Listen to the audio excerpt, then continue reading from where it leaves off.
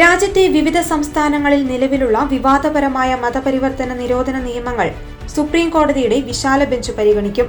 നിയമങ്ങളുടെ ഭരണഘടനാപരമായ സാധുത ചോദ്യം ചെയ്തുകൊണ്ടുള്ള ഹർജികൾ പരിഗണിക്കുവാൻ പ്രത്യേക 3-അംഗ ബെഞ്ച് രൂപീകരിക്കുവാൻ ചീഫ് ജസ്റ്റിസ് സൂര്യകാന്ത് അധ്യക്ഷനായ ബെഞ്ച് ഉത്തരവിട്ടു. വിഷയത്തിന്റെ ഗൗരവം കണക്കിലെടുത്താണ് chief justice Suryakant, justice Joymalya Bagchi എന്നിവരടങ്ങിയ ബെഞ്ച് കേസ് 3-അംഗ ബെഞ്ചിന് വിട്ടത്. National council of churches in India സമർപ്പിച്ച പുതിയ ഹർജി പരിഗണിക്കവെയാണ് കോടതി ഈ തീരുമാനമെടുത്തത്.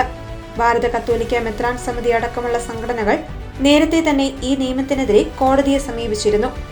നിയമത്തിനെതിരെയുള്ള ഹർജികളിൽ കേന്ദ്ര സർക്കാർ ഉടൻ മറുപടി സത്യവാങ്മൂലം സമർപ്പിക്കുമെന്ന് സോളിസിറ്റർ ജനറൽ തുഷാർ മേത്ത കോടതിയെ അറിയിച്ചു.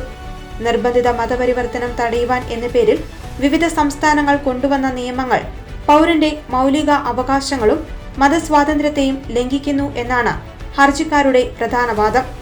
ഈ നിയമപ്രകാരം കേസ് രജിസ്റ്റർ ചെയ്താൽ ജാമ്യം ലഭിക്കുക പ്രയാസമാണ്. ഓരോ സംസ്ഥാനങ്ങളിലും നിയമത്തിന്റെ കാഠിന്യം മാറിക്കൊണ്ടിരിക്കും. നിലവിൽ രാജ്യത്തെ 12 സംസ്ഥാനങ്ങൾ നിർബന്ധിത മതപരിവർത്തന നിയമം പാസാക്കിയിട്ടുണ്ട്. ഏറ്റവും ഒടുവിൽ രാജസ്ഥാനിലാണ് ഏറെ കർക്കശമായ വ്യവസ്ഥകൾ ഉൾപ്പെടുത്തി നിയമം പാസാക്കിയത്. 4 ആഴ്ചയ്ക്കുള്ളിൽ മറുപടി സമർപ്പിക്കുവാൻ ബന്ധപ്പെട്ട കക്ഷികൾക്ക് കോടതി നിർദ്ദേശം നൽകിയിട്ടുണ്ട്.